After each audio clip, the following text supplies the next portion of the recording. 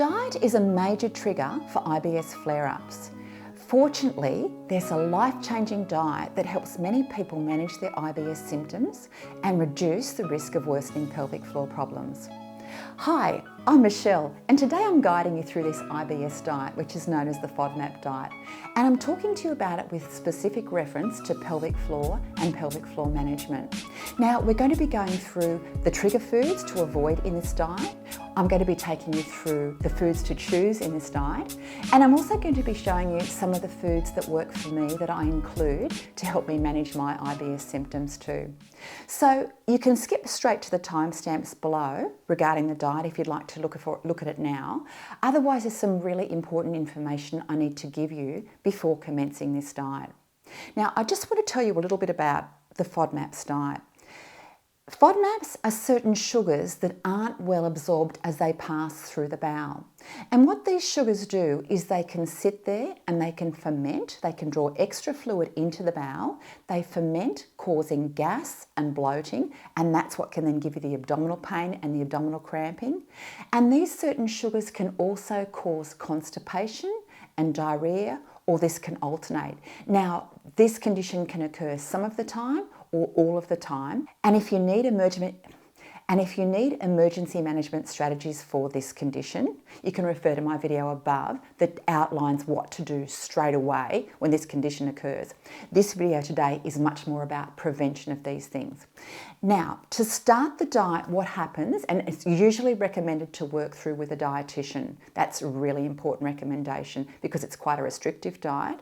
If you can't work with a dietitian, the Monash University Diet app, the FODMAP app, is linked below and it's pictured up here, and I really strongly recommend you get this diet because these scientists have actually rigorously investigated this diet and also to the quantities of how much you can have and how much not to have, which is really important in this diet. Now, normally the diet starts with a 6-week elimination of all the trigger foods that I'm about to take you through. And then it's a gradual reintroduction over 8 to 12 weeks or maybe longer of one food at a time over 3 days. Now, we're about to go through the major food groups. So let's start with fruit. So you can see on screen some of the fruits to avoid. Now, the reason these fruits need to avoid is because they contain the fruit sugar called fructose. And what fructose does is causes gas and bloating in the bowel. And fruits with high levels of this sugar are those of the fruits to eliminate. And they're the ones that you can see on the screen now. Now, some of the fruits I want to make mention of in terms of, I'm going to make particular mention of prunes here because prunes are often one of those fruits that we tend to reach for if we're constipated. So watch out for prunes because they are dried plums and they are very high in fructose and they're also hard to digest. Now, if we look at fruits to choose, again with reference to the bowel, you can see the fruits to choose here. I want to make special mention of oranges and strawberries and also to kiwi fruit. Oranges and strawberries are high in fibre, so they're great for managing constipation if you suffer from pelvic floor problems, and also to kiwi fruit. So these are kiwi fruit or Chinese gooseberries as they're also known, and the Monash University recommends that we start with 2 of these a day. So obviously they're peeled, and these are great because not only they're high in dietary fibre, that would be about 150 grams each, I think, a day. So not only are these high in fibre, but they also too have an enzyme, and it's the same enzyme that's in papaya and pineapple that actually softens or tenderises meat, and also so that can have a great effect on digestion and your ability to digest your food. So kiwi fruits, put them on your shopping list. Now let's move on to vegetables. Now, some of the common vegetables to avoid, again, you can see on this list here. When we're talking about vegetables to avoid, we really want to think about the most common culprits are, you've got your garlic and your onion, and these are often hidden in a lot of foods. And I should have mentioned with fruits, chilies too, but I'll mention here as well. These are major irritants and they're things to eliminate from your diet, okay? So these are actually fruits, but eliminate those, eliminate chilies, eliminate garlic and any garlic, maybe garlic products like your garlic salt, and look for the ingredients of these in the products that you have. They're strong irritants. Now, in terms of vegetables to choose, I've made like a nice easy salad here, and again you can see the vegetables to choose up here. But this is a salad I just quickly whipped up, and it's got spinach leaves, it's got baby tomatoes, red tomatoes, yellow tomatoes, and I choose these ones because they're lower in acid than the red ones, which are kind to my tummy. It's also got alfalfa and it's got some shredded carrot. So that's a simple FODMAP friendly salad that you can dish up.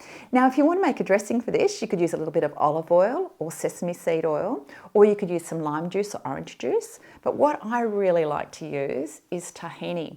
And I get the whole tahini, and I actually sometimes mix this with lactose-free yogurt and put it over the top. And if I had had time, I would have put in some sweet potato into this salad as well. So there's some of the vegetables that you can choose. I want to make just a mention of a couple of other vegetables. Red capsicum and green beans are really great for constipation because they'll help soften your stool and help your pelvic floor problems. And the other food I want to mention is white mashed potato, the other vegetable to include. White mashed potato is really great at firming the stool if you suffer from diarrhea. So that might be a food that you like to include in your diet too. So let's move on now to protein sources. So in terms of proteins to avoid, one of the first things we reach for when we're constipated, and we're told this time and time again, is to reach for legumes. So we're told to reach for our beans, our kidney beans, our chickpeas, our lentils, and we know how good these are for our gut health.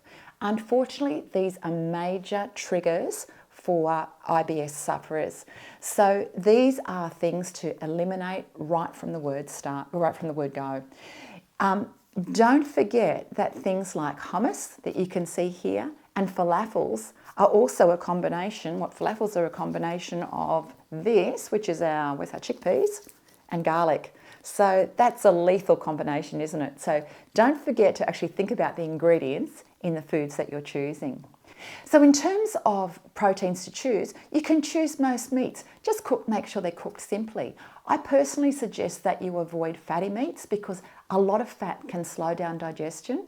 So try to choose your lean meats, but you can have red meat. I have fish. I have eggs daily and include that in omelettes, which I cook with tomatoes and Asian greens. And the other protein source that I want to mention is tofu. Now we know that this is a great protein source, but if you're choosing tofu, choose the firm tofu, not the silken, which is a high in FODMAP food. Choose your firm tofu, which is your lower FODMAP alternative. All right, so now we're going to move on to dairy. Now on the foods to avoid for dairy, I just want to mention milk sugar because the milk sugar called lactose is what causes people a lot of intolerance. It causes bloating and it can cause terrible diarrhea. So many of us know a lot about lactose intolerance. The foods to avoid are all your milk products and your milk-based products, so like your yogurts, your ice creams, all those types of things that are based on milk. I also just too want to mention soybean milk or soy milk because if you have soy milk, remember what we said about beans?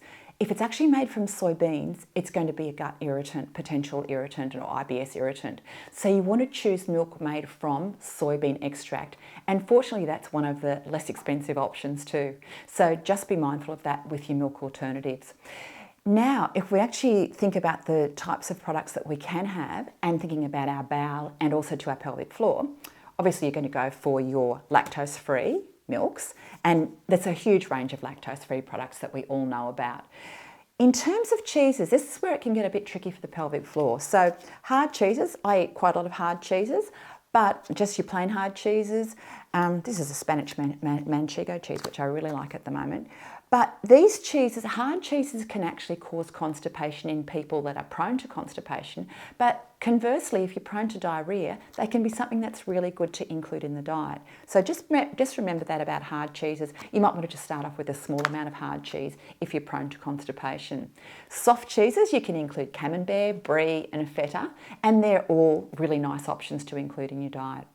Now, let's move along to grains and cereals and bread.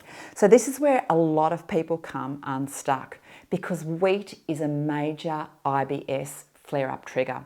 So you need to eliminate all products that are made from either wheat, barley or rye. So that makes your gluten-free products semi-safe, doesn't it? So long as they don't include, your gluten-free breads, so long as they don't include fruit, dried fruit. So the breads that you can include are things like your sourdough, so your sourdough bread, your spelt bread, and also to the safe gluten-free breads. Now, on bread, gluten-free bread, white bread will firm the stool. So if you're having a lot of gluten-free white bread, just again be careful of that with constipation, or conversely, if you suffer from diarrhea, might be something that you like to include. Now, one of my big tips for cereals is this. So I usually make a smoothie in the morning out of oats. That's one of the things I include with my lactose-free milk. But baby rice cereal is an absolute gem. It's really easy to digest, so Far-Ex or the baby rice cereal. But the wonderful thing about this, not only is it really easy to digest, it's actually iron fortified and calcium fortified.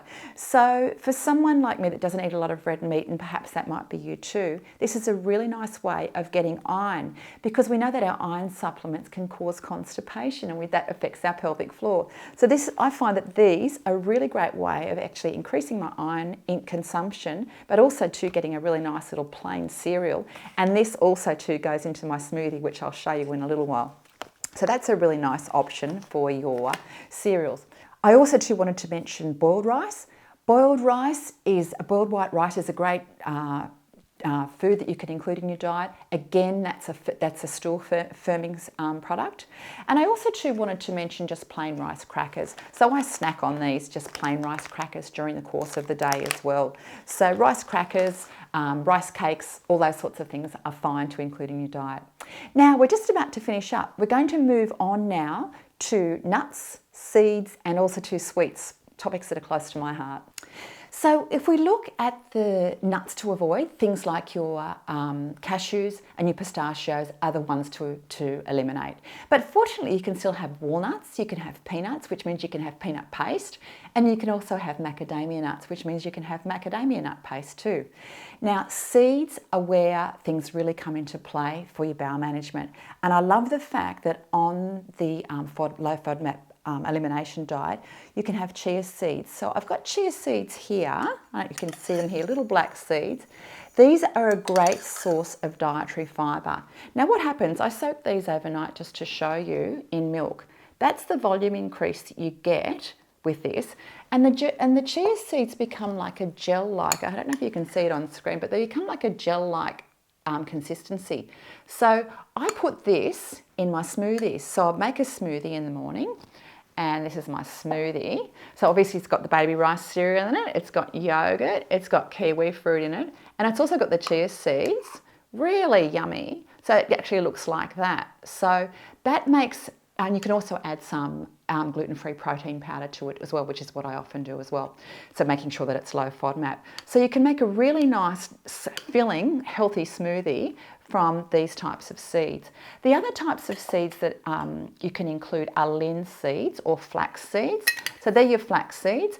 And again, it's a myth now that these cause diverticulitis. They actually have been shown not to, but you can actually then blend these up with your smoothies as well. So I tend to blend up my seeds and they just tend to work well with my stomach. The other thing that I've found recently too is these grain biscuits. So these are biscuits and they seem to be readily available everywhere.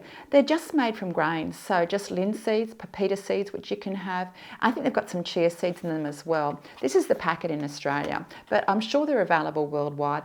Just read your ingredients and make sure there's no other additives. There's some thickener in there and there's some salt, and that's it. And they are just delicious to snack on. Now, finally, what do I need to move on to? Sweets. So, things to avoid. In the US, high fructose corn syrup, major IBS trigger. Make sure you avoid the high fructose corn syrup. It's in everything. You need to read your labels. Honey, just because it's natural, it's not IBS friendly, so eliminate that from your diet as well.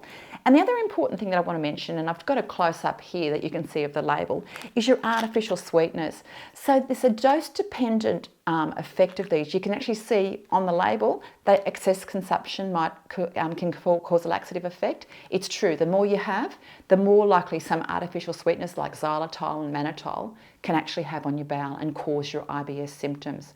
So Alternatives, your safe alternatives are things like pure maple syrup, unfortunately. Don't get the cheap stuff. Make sure you get the actual pure. This is pure Canadian maple syrup.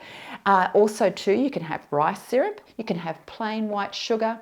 And fortunately, last but not least, one of my favourite things, and the packet was already open this morning when I got it out of the cupboard, dark chocolate. You can have dark chocolate as your sweets as well. If you've got a question about caffeine, and people ask me about coffee, caffeine is a bowel irritant, or coffee is a bowel irritant, so that's something to avoid in this diet, unfortunately. But we've gone through a lot of things there, haven't we? We've talked about the foods to choose, we've talked about the foods to avoid on the elimination diet, but this is just the elimination diet. Then you gradually reintroduce extra foods, and this is where it's really important to work with a dietitian. Once again, I'll reiterate the importance of the Monash app. Grab it if you haven't already got it. It's a great little app to have. I really hope this information today helps you manage your IBS symptoms. Don't forget, coming up is the emergency management video for IBS, if you want to stay with me for that. And if you've liked the video, please make sure you give it a like below, because then that helps YouTube recommend it to other viewers and they can find it as well too. Look forward to seeing you next time. Bye for now.